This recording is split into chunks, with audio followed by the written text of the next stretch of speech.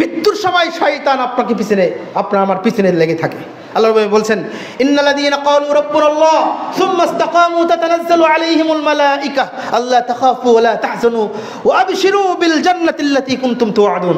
মানুষ যখন ইন্তেকাল করে বলছেন ওয়া ইন্নাল্লাযীনা ক্বালু, যারা বলে রব্বুনাল্লাহ, আমার রব আল্লাহ, সুম্মা ইসতাকামু, অথবা এটার উপরে ইস্তিকামাত থেকে দৃঢ় থাকে, কোনোদিন শিরক করে না, কোনোদিন বিদআত করে না, কুফর নিফাকের অন্তর্ভুক্ত হয় না, যারা এমনটা করবে তাতানাজ্জালু আলাইহিমুল মালায়েকা, ইয়ানি তাতানাজ্জালু আলাইহিমুল মালায়েকা ইনদাল মাউত, তখন মৃত্যুর আগ মুহূর্তে অসংখ্য ফেরেশতা তার উপরে নাজিল হতে থাকে। সুবহানাল্লাহ বিহামদিহি।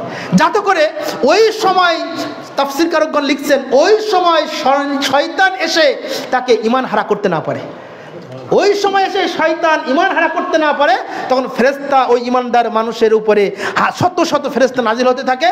আর ফেরেশতারা তখন তাকে বলে থাকে আল্লা তাখাফু ওয়ালা তাহজানু, তুমি সুসংবাদ গ্রহণ করো, তোমার কোনো ভয় নেই, তুমি কোথায় যাবে, জান্নাতে না জাহান্নামে, কবরে আযাব হবে কি হবে না, এটা নিয়ে তোমার কোনো ভয় নেই।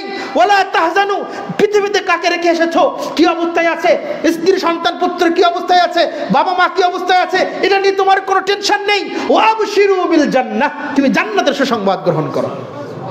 এই একজন ঈমানদার ব্যক্তি, তখন হাদিসে এসেছে ওই ব্যক্তি তখন আবার বলবে যে তুমি আমাকে আরেকটু সুযোগ দাও, আমি পৃথিবীতে গিয়ে আমার পরিবার পরিজনকে বলে আসি আমি জান্নাতি, আল্লাহ তাআলা আমাকে জান্নাতের সুসংবাদ দিয়েছেন। সুবহানাল্লাহ।